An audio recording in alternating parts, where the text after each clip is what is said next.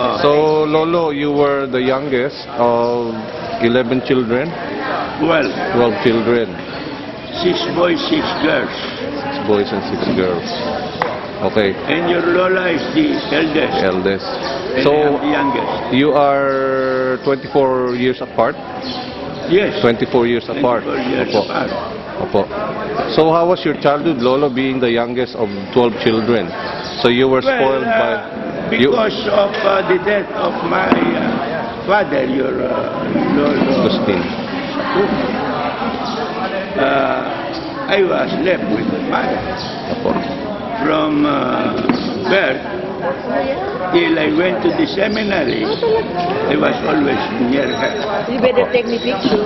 Except when she got sick and she went to the hospital for several days, came back, continued. Opo. I really, in the beginning, I didn't think of being a priest. It is sort of a childhood thinking, because your how we call him, grand uncle was a priest by the name of Reverend Father Catalino Reyes. Opo. Uncle of how is that? Our grandfather, Lolo Guido. When I was 4, he was operated on the ear, and the hole was never. The hole was always there. Yep.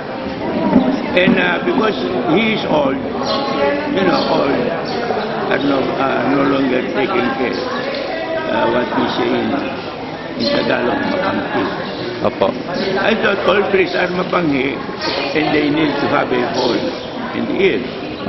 So as a child, I don't like to be a priest. He died when I was 10 years old. Opo. And there were 3 seminarians of Arayat, very friendly to me, and other seminarians. Opo. Then I began thinking of becoming a priest. So at age 12, after finishing grade 5, I entered the seminary against the wishes Of Lolo. Of Lola. of everybody. They wanted me to finish grade 7. Okay. But I insisted. So at the age of 12, I began Which seminary did you go to, Lolo? San Carlos Minor Seminary. San Carlos. The place where you studied, I presume. In Intramuros. No, please. Don Bosco now was the minor seminary. In Makati? No, in Mandaluyong. Mandaluyong. You didn't study there? No. Lourdes po ako eh. Yes, Lord. The other family, no? Yes. So, I finished the Latin studies at minor seminary, 4 years. Then we transferred to San Marcelino, where Adamson is now. Opo. So minor studies is like high school. It's like you finish high school. Well, equivalent, but Equivalent. it was not recognized by the government. Opo. So I stayed in the major seminary for 6 years. The course in San Carlos Seminary, 4 years Latin, 2 years philosophy, and 4 years theology. But then again, when I finished, I didn't have canonical age. So I waited for... You were too young. You were too young. The canonical age was 24. 24. I was barely 23. 23. So, I was ordained 1 year later. Opo. Because of my health, even in the seminary, I needed to stop 1 year. So this was 1940 when you were ordained. So in 2000, you celebrated your 60th anniversary of priesthood. Yes. So now is your 68th year of priesthood. Yes, coming. Yes. I am on the 68th year of my priesthood. Apo. I am going further. Recently, the San Carlos Alumni Association, on its 75th anniversary, they awarded me. I sent the picture, I don't know where it is now, but I forgot all the pictures and everything, including the plaque. Last November 25, the plaque was given by the two cardinals, Cardinal Rizal and Cardinal. Because I presume, humbly speaking, I have been very active in the association. I was the president, the vice president, etc. And being an officer, I tried my best, and even not being an officer, I was helping them. So, in the 67 years of priesthood, I can say that around 50 times I was present in the alumni. Maybe that is their mind. The association is now 75 years old. They gave awards to 2 persons and 3 religious orders. The other person is already there. He was instrumental in forming the association, still a seminarian. He invited the alumni priests, let us form an association, and that was 75 years ago, when he was still a seminarian. So with that, they thought that he, the founder, and me now, they gave us plaque of appreciation. They gave the religious orders, the Jesuits, the Vincentians, and the congregation of the Magdalene of Mary. So, on that occasion, they awarded all this. Going back, in the seminary, in our times, discipline was very strict. You could hardly in 1 year go out and go home. You need for going home, you need a special visa. For going out, when you have visitors, and the rector will let you go, then you can go that day. Otherwise, you are always in the seminary. When in the minor seminary, every year we were given 2 months vacation, helping in the parish, of course. But when we entered the major seminary, we are only given around 2 weeks. After the school year, we are assigned to a certain parish to do apostolate work. And before entering, 2 weeks or so before entering, we can go home. And from there, go back to the seminary. That was our day. Well, discipline is always something that you need to attend. And we were so young, once in a while we do something naughty. And there is always what we call punishment. But it's, they tell you to kneel down, and all this. They tell you to do 1,000 prayers, 1,000 Hail Marys or something like that. Sometimes, and you are not allowed to go on siesta or on recreation time. Well, what I have noticed, when God wants you to be, no matter what, no It's a matter calling. how, you will go. Yes. But when it seems that you are not called or you are not chosen, then something happens. Like what I learned yesterday. One of these three seminarians were already in the major seminary. I heard that he left and he married. But I didn't know the story. He got sick. He was hospitalized. He courted a nurse. And they married. He left the seminary and they married. They have a one child. But later on, he died of that sickness. So, I would say again, in spite of everything, naughtiness or maybe courtship, but then God will bring you to that road that you cannot avoid. So, well, I was ordained in 1940. Due to health, sometimes I am at home, on vacation, in the hospital, etc. So, my work in the parish is always broken.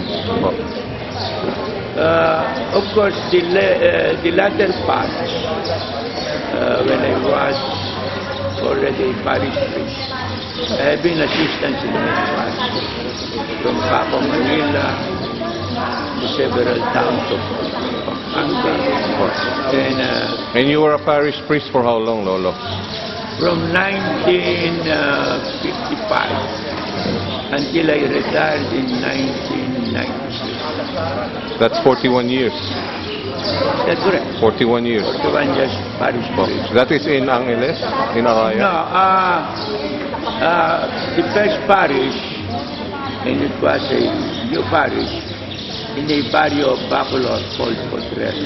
Potrero. The patron is Mary Help of Christians. From there, I went to Minalin. Santa Monica is the patroness. From there, I went to Araya, our hometown. The patroness is Santa Catalina. And where was your last? Then I was transferred to Balibago. From there to San Matias, Santo Tomas, Pampanga, and then Santa Lucia, San Fernando, Pampanga. So you retired in Santa Lucia? Yes, that is my assignment. Okay.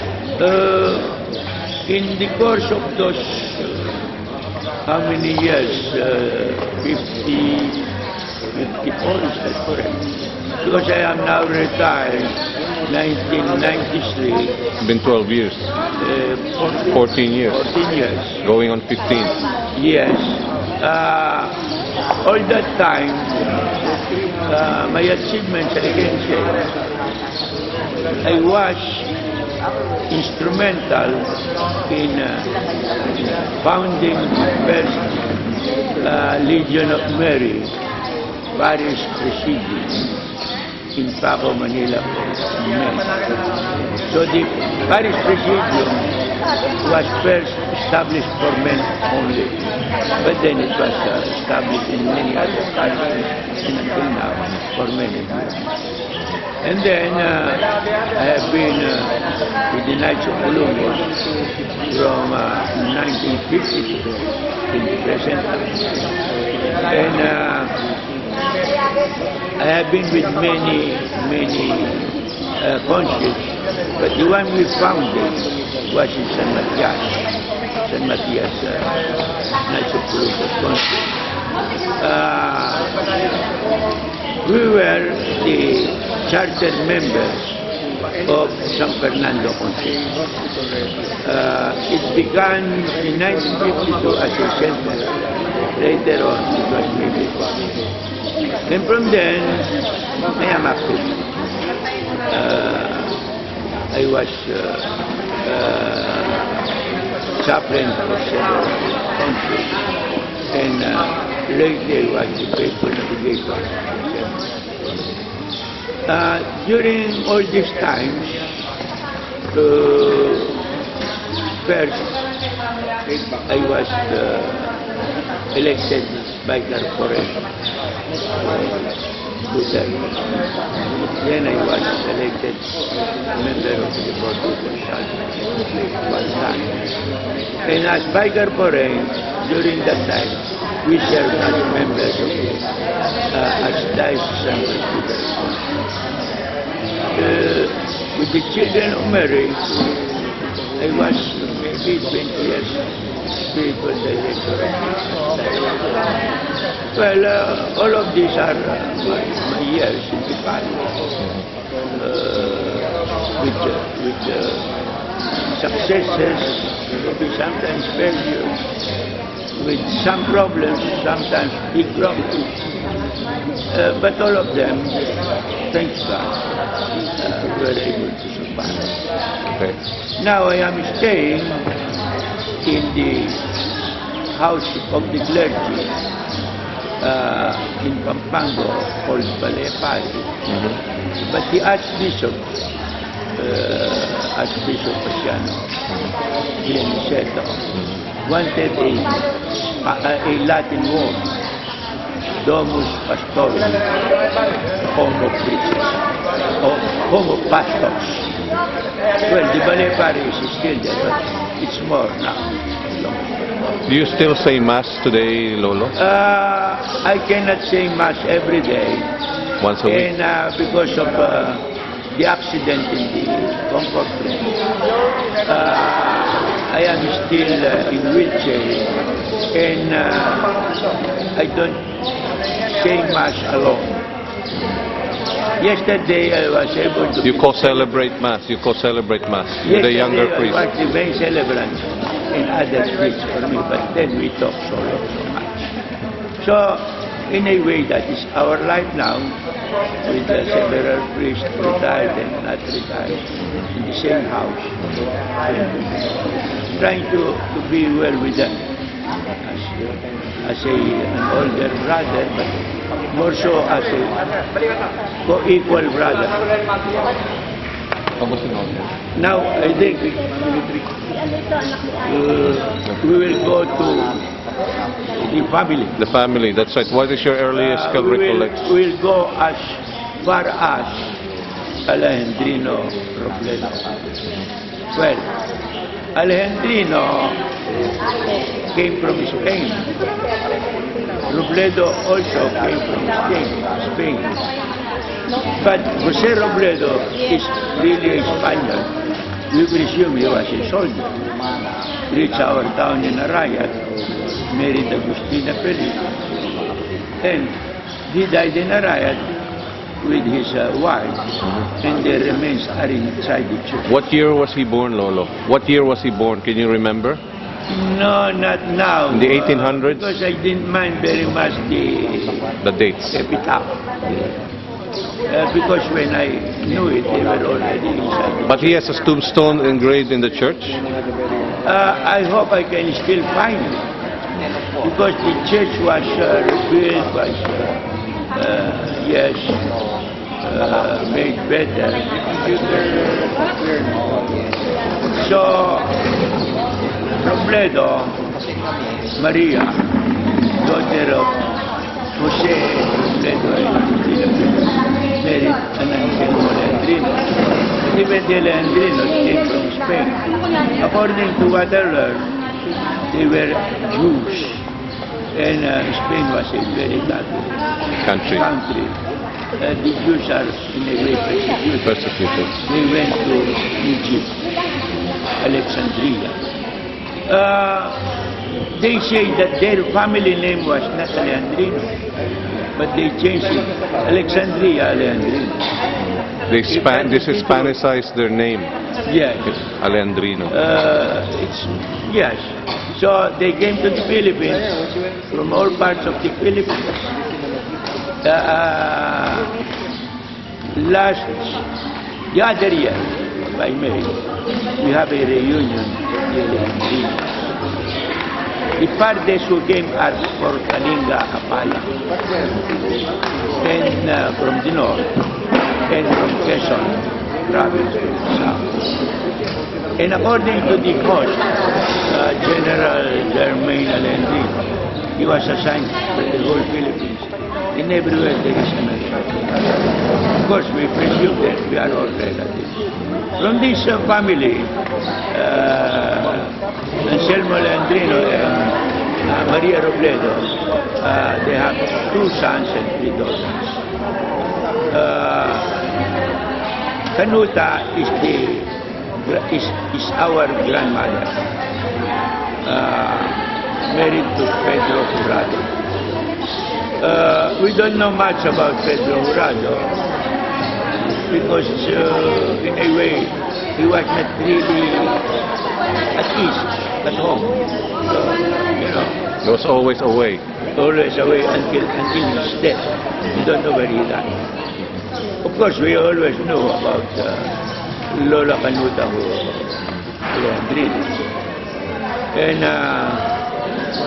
she had 3 sons, Teodoro, Anselmo, and Agustin. And 3 daughters, Maria, our grandmother, great grandmother, passed, and let me see, I'm not forgetting the name, who died young. So only the 5 married, the 3 brothers and the 2 sisters. In our family, we are 12. 12 brothers, 6 brothers and 6 sisters. As I have mentioned before, your grandmother is the oldest. Jurado-Aliwalas married one. When Lola Achang was born, Lola Titay was only 18. Is that right? 18 years old. 18 and 19. 18 and 19. That was 1892. 1892, March. And I was born September 12, 16. Among the 12, 11 were married. I say were married because the 11 already died. The 11 in-laws, one is still living. The host for today, the reunion, married to Jurado-Aliwalas. Well, one brother got 2 wives, and another, he has 6 children. So all in all, the portions were 65. But at this time, 13 died. In your family, they are 7. 7. Still living. And all are still living. Yes, all of them are living. Yes. And the in-laws are all living. No, except one. Uncle John is already gone. All of them. How many are you? Did you count? 6. No, I am referring to the whole. The 7 brothers and sisters, all married. Yes. They have children. Do you know how many children? Okay, let's say there's 4, You are not now. 7, Something. Okay. We are counting. about only, 30 plus. But then, these people like you are married. You have your children. Yes. I don't know. You don't have your grandchildren. No, not yet. No. How old is the oldest? My eldest is 22. Still. Yes, and my youngest is 19. The 2 of 2 boys. them, not yet. They're still But the rest at university. are married. Except for Paulette, who is still Yeah, single. the 7, only one. Six Married. out of 6. Yeah. And of course, Jay has passed away already. Yes, among the cousins, somebody died already. Yes. But among the, and even the in-laws, John, only. Yes. He's the only one. Yes, died. John, yes. The other 5 are still living. Yes, they're still living. I presume that you are the biggest family. Yes. There is an estimate that already we reached, the Jurado-Aliwalas family reached 1,000, but I still down. That's right. But I will say that more than 500. Yes, we will conduct a survey of all our family relatives, so we will update the family tree book. I don't know why it is hard. For example, today, who is getting the Guest book. one present, and then all those absent. Sila, who is taking the registration? Yes. They are taking it now. Yes. Will you please request to them, even those absent, if they can give the number, the husband and wife? Contact details. Contact numbers. Contact numbers. Yeah, husband and wife, until the apo, they have. So that we can, from Chacha to Chukasing, we will know how many. Well, if there is somebody absent, we don't know now. But it seems that there will be only 2, or maybe Per 1. family. Per family.